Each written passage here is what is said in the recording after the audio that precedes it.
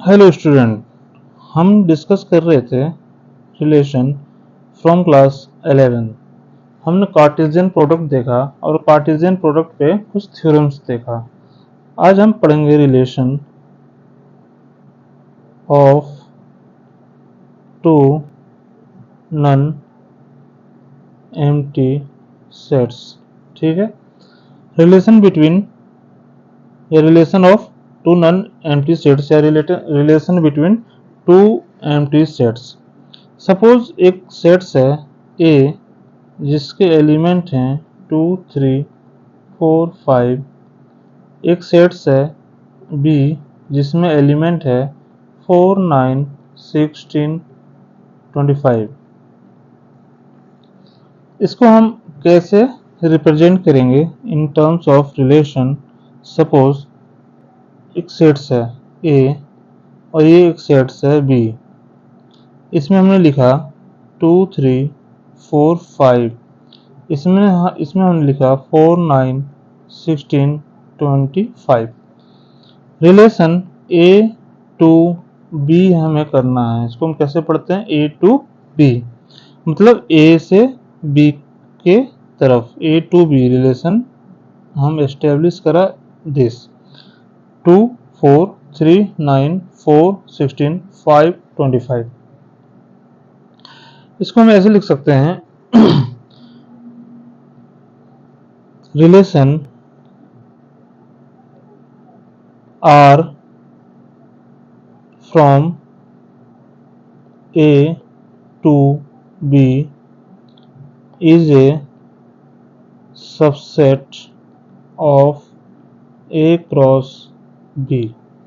हमने A cross B भी देखा है। A क्रॉस B क्या होता है? Cartesian product of two sets. तो यहाँ Cartesian product of two sets क्या होगा? 2, 4, 2, 9, 2, 16, 2, 25।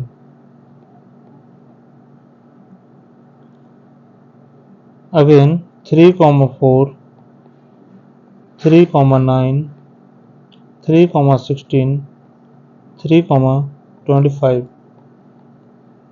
Again 4, 4, 4, 9, 4, 16, 4, 25। Again 5, 4, 5, 9, 5, 16 and 5, 25। ये जो हमने लिखा ये सारा ये क्या है? Cartesian product of sets A and B. और इसमें रिलेशन क्या है? Relation R from A to B is a subset of A cross B. A cross B का ये पूरा सेट हो गया। और हमने बताया था कि ए क्रॉस बी का जो एलिमेंट होगा वो ऑर्डर्ड पेयर में होगा। ये ऑर्डर्ड पेयर है। फर्स्ट पेयर को फर्स्ट कोऑर्डिनेट कहते हैं और सेकंड नंबर को सेकंड कोऑर्डिनेट कहते हैं। तो इसमें हमें समझना क्या है? जो रिलेशन आर है वो कितना है? 2, 4, 3, 9, 4, 16, 5, 25। ये हमारे रिलेशन है। ठीक है, 2 से 4 का, 3 से 9 का, 4 से 16 का और 5 से 25 का।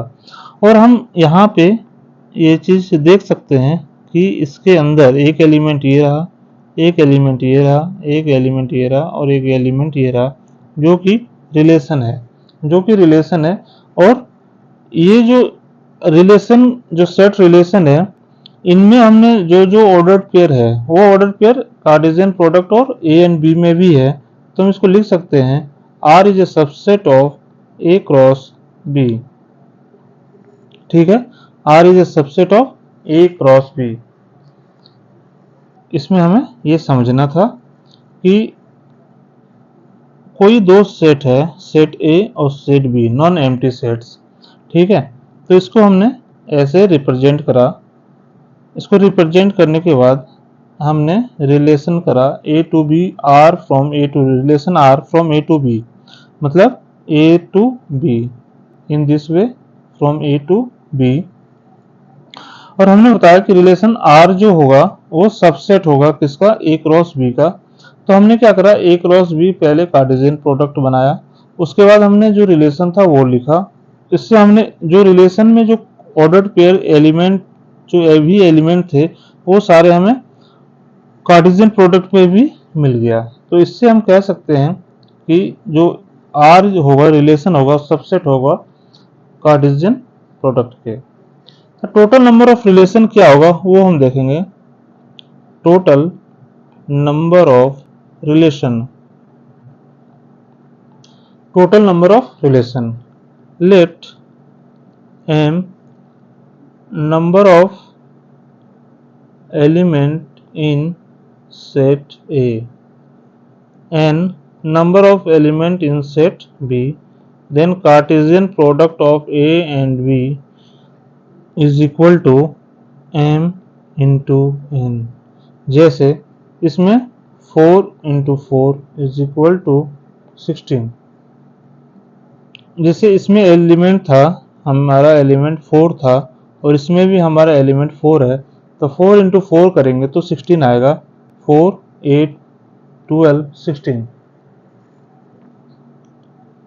तो 4 इंटू 4 16, ये हमारा क्या हो गया, number of element, number of element in Cartesian product,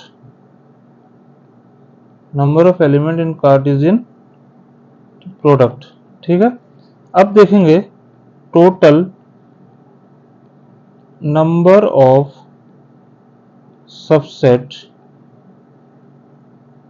of A cross B. Total number of subset क्या होगा, 2 to the power m into n, मतलब 2 टू द पावर 16। एग्जाम्पल, ये जो हमारा कार्टेशियन प्रोडक्ट का जो सेट है ना, इसके कितने सबसेट बन सकते हैं, कितने इसके नंबर ऑफ सबसेट बन सकते हैं, वो हम 2 to the power m into n करेंगे तो total number of subset find out हो जाएगा। ठीक है, ये समझ में आ रहा होगा। अब हम क्या करेंगे, नेक्स्ट टॉपिक डिस्कशन करते हैं, रिप्रेजेंटेशन ऑफ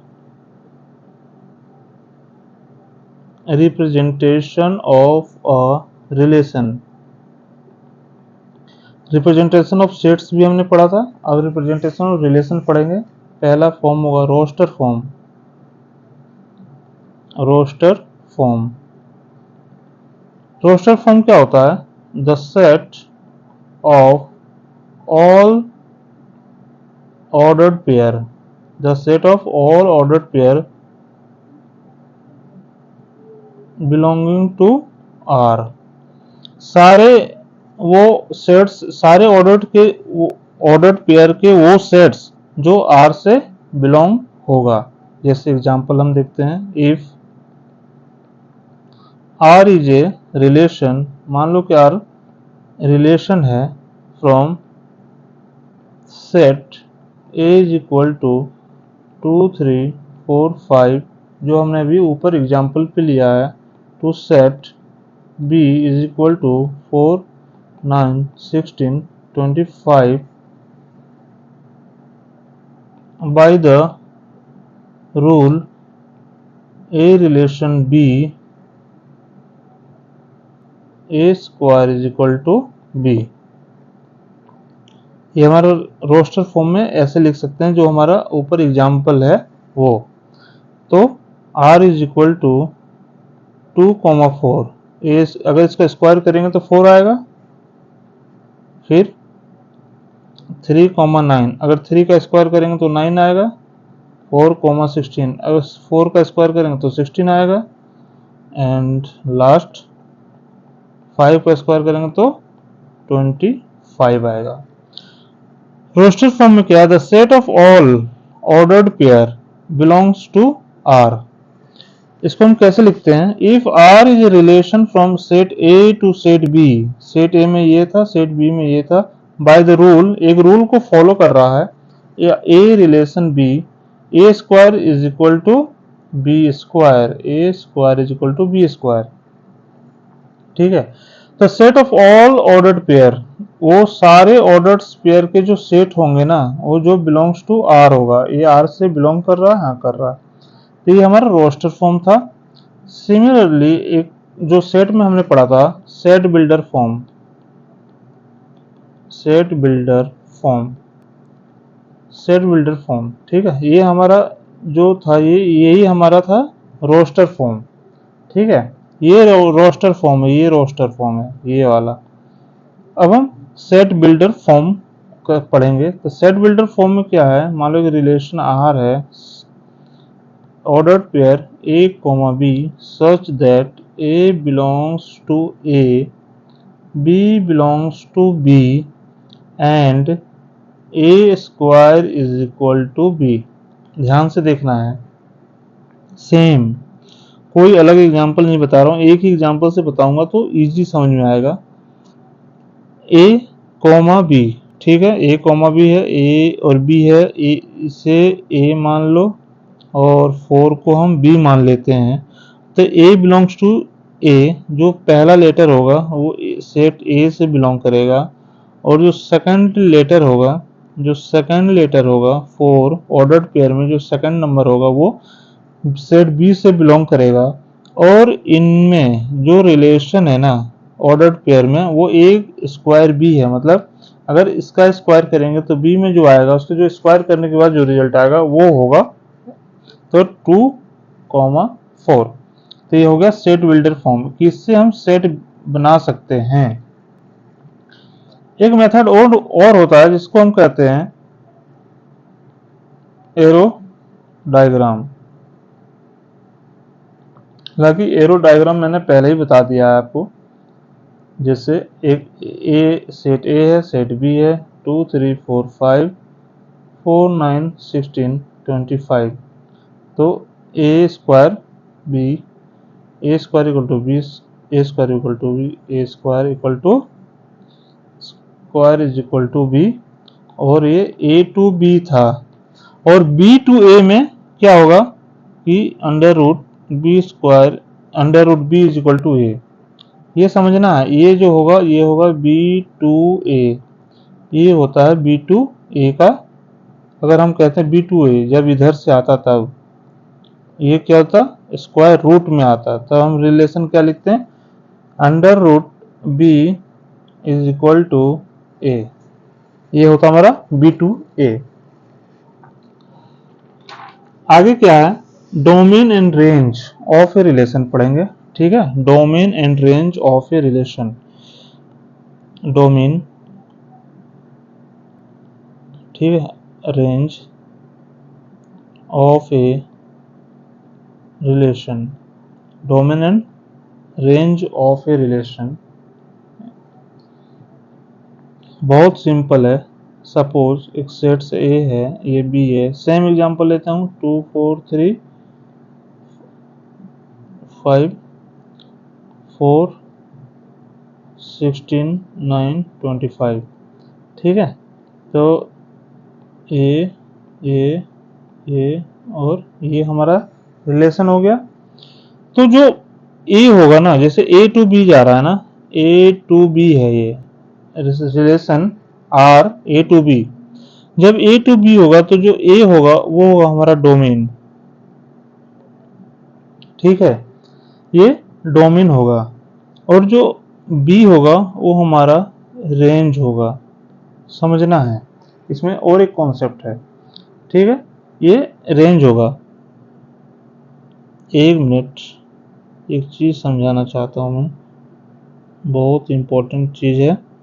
सपोज एक 36 भी है इसमें, ठीक है, ये हमारा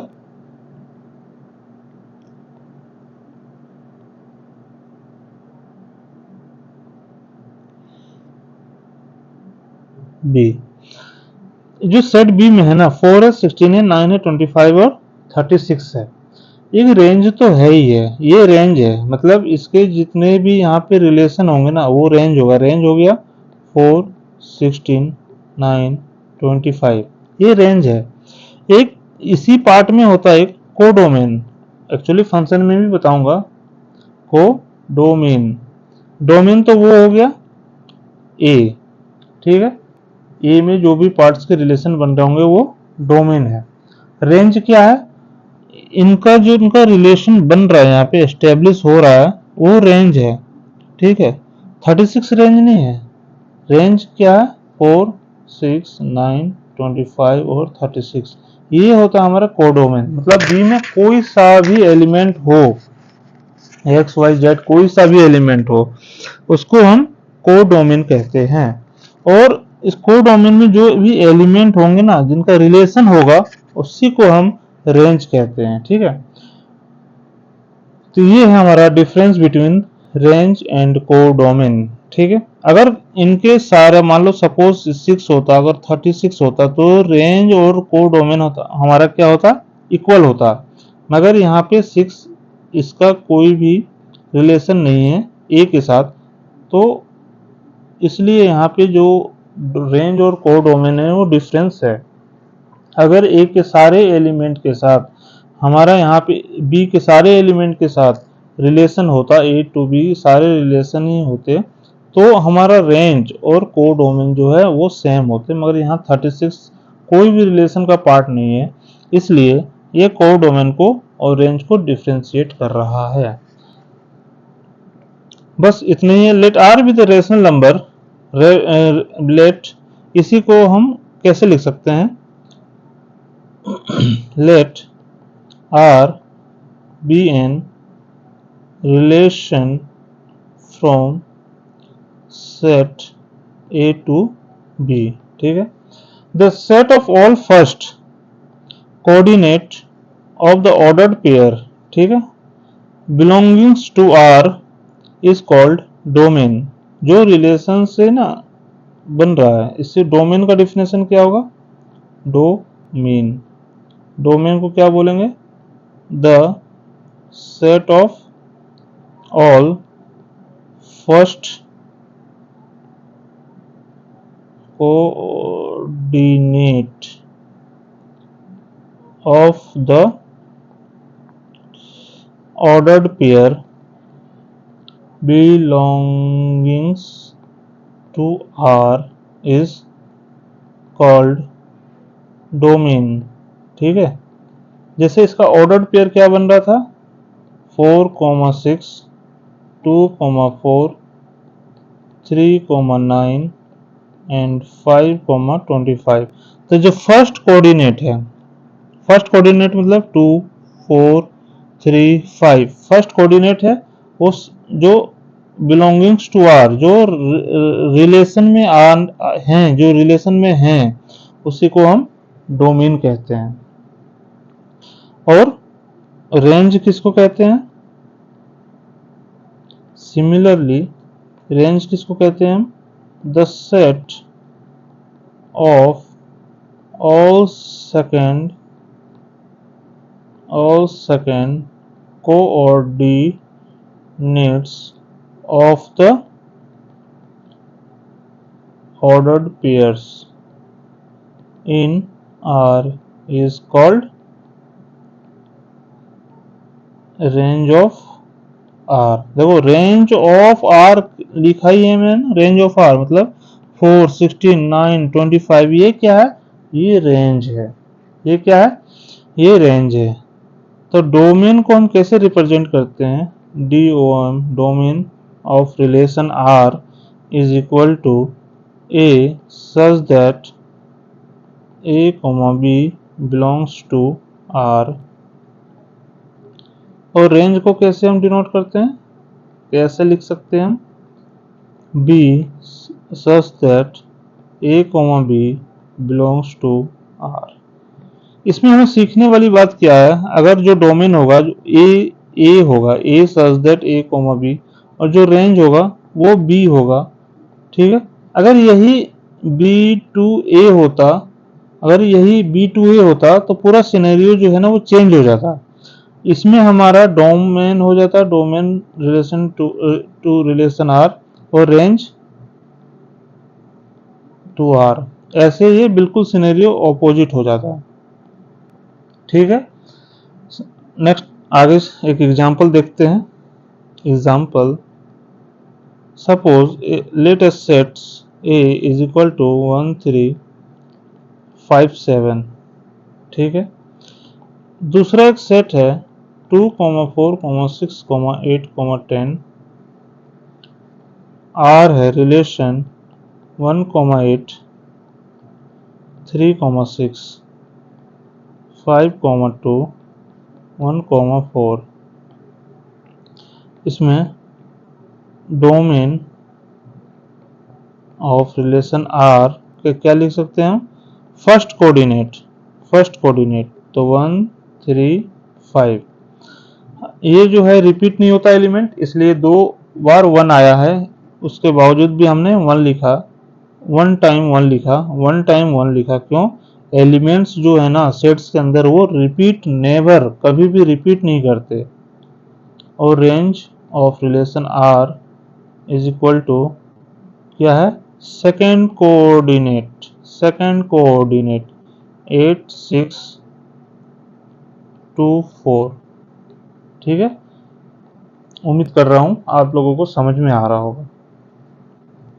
यह सिंपल है बिल्कुल। आप बार बार, अगर एक बार नहीं समझ में आ रहा, अगर 2 बार 3 बार वीडियो देखते हैं, अच्छे से देखते हैं, तो आपको समझ में आएगा कि मैं क्या बताना चाह रहा हूं। Inverse of a relation, next topic हम पढ़ते हैं, डिस्कस करते हैं। इनवर्स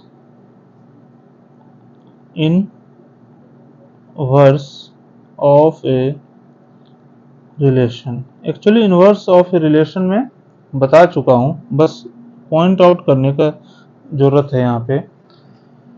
इनवर्स ऑफ रिलेशन क्या होता है? Let A and B be two sets, ठीक है।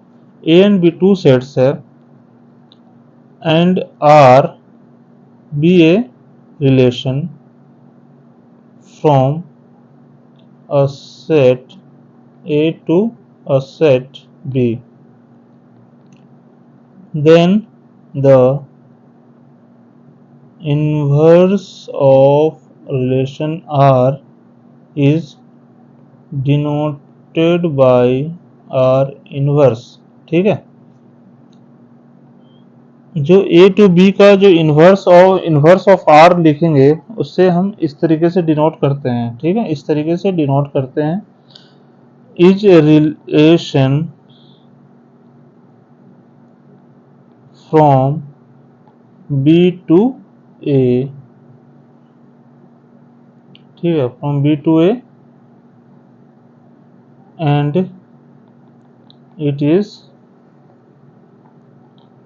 डिफाइंड। कैसे डिफाइन करते हैं? R inverse is equal to B A such that A B belongs to R।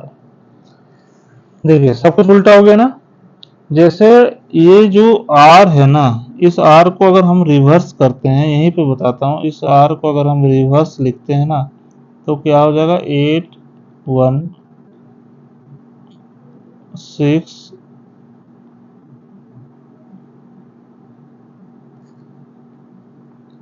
6 3 2 5 4 1, ठीक है। आधी भाषा में ये रिवर्स हो गया, मतलब रिलेशन B to A आ गया, और इसको हमने कैसे रिप्रेजेंट किया है? B, A, ठीक है। B, A, ये हमारा इनवर्स हो गया। एक्चुअली इसमें एक नोट करने वाली बात ये है कि A, B belongs to R, ठीक है। तो B, A belongs to R inverse भी पढ़ते हैं हम इसको, ठीक है, R इनवर्स। तो डोमेन ऑफ R जो होगा ना, वो रेंज हो जाएगा इनवर्स का, और जो रेंज होगा ना R का, वो डोमेन हो जाएगा R इनवर्स का, वाइस वर्सा। कैसे? यही पुराने एग्जांपल से हम चेक करते हैं। जो डोमेन था R 1 3 5, अब ये देखेंगे सेकेंड कोऑर्डिनेट हो गया 1 3 5, ठीक है। 1 3 5 135 सेकंड कोऑर्डिनेट हो गया। जब ये सेकंड कोऑर्डिनेट होगा तो रेंज होगा, और जो फर्स्ट कोऑर्डिनेट होगा वो डोमेन होगा। किसका? इनवर्स का। वही चीज हमने यहाँ पे बताया है। एक एग्जांपल भी देख लेते हैं, ठीक है। Example a is equal to 1, 2, 3 and b is equal to a, b, c, d। ये हमारे क्या है? a, b। जो रिलेशन है ना वो क्या होगा? 1, a, 1, c, 2, d and 2, c। ये है रिलेशन फ्रॉम a टू b। ध्यान देने वाली बात ये है। देन आर इनवर्स क्या हो जाएगा? बस कोऑर्डिनेट को इंटरचेंज कर देना है, वो इनवर्स हो जाएगा, और कुछ है नहीं। आर फ्रॉम बी टू ए, ठीक है। आर फ्रॉम बी टू ए। तो इसका जो डोमेन होगा ना, इसका जो डोमेन होगा वो क्या होगा? Domain R is equal to, domain क्या होता है? हमेशा फर्स्ट कोऑर्डिनेट जो होगा वो डोमेन होगा। जो फर्स्ट कोऑर्डिनेट होगा वो डोमेन होगा। तो 1, 1, 2, 2 है। हमें पता है कि जो एलिमेंट होता है वो रिपीट नहीं करते हैं सेट के अंदर, इसलिए 1 और 2 लिखेंगे। और यही 1 और 2 जो होगा, आप यहाँ देखेंगे इनवर्स में, ये सेकंड कोऑर्डिनेट पे आ रहा है। यही सेकंड जब कोऑर्डिनेट पे आएगा तो रेंज बन जाएगा। किसका? इनवर्स का।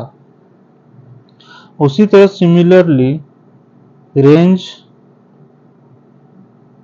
ऑफ आर क्या होगा? ऑलवेज सेकंड कोऑर्डिनेट ए सी डी सी, ए सी डी सी, ए सी डी सी। तो ए सी डी सी है तो ए सी और डी लिखेंगे, क्योंकि जो एलिमेंट होता है सेट्स को रिपीट नहीं करते हैं वो।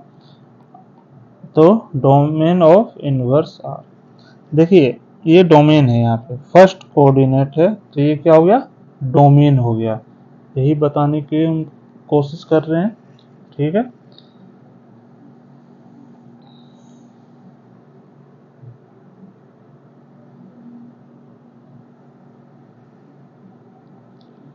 और जो भी रेंज होगा ना, या फिर जो भी रिलेशन फाइंड होगा, वो हमेशा क्या होगा?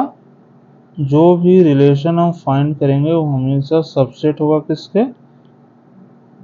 कार्टेशियन प्रोडक्ट का हमेशा वो सबसेट होगा। और ये जो रेंज और ये रिलेशन में जो रेंज और डोमेन होगा, ये रिलेशन होगा, ये हमेशा ऑर्डर्ड पेयर में ही हमें मिलेगा, क्योंकि रिलेशन के लिए दो सेट्स चाहिए हमें, ए और बी। और ए और बी को जो एक एलिमेंट एक्स है और इसका एक वाई है, इनके अगर एलिमेंट को हम ऑर्डर्ड पेयर में लिखते हैं तो यही ऑर्डर्ड पेयर लिखने का मतलब यही है कि ये रिप्रेजेंट कर रहा है कि जो एक्स है वो वाई के साथ रिलेशन बना रहा है। तो X relation to Y, relation A from A to B. उम्मीद करता हूँ आपको समझ में आ रहा होगा। और नेक्स्ट क्लास में हम देखेंगे क्वेश्चन, ठीक है। क्वेश्चन देखेंगे और कुछ कॉन्सेप्ट जो रह गया हमारा रिलेशन में वो क्वेश्चन के थ्रू समझेंगे, तो हमें डिटेल में क्लियर हो पाएगा। तब तक के लिए friends, thank you for discussion.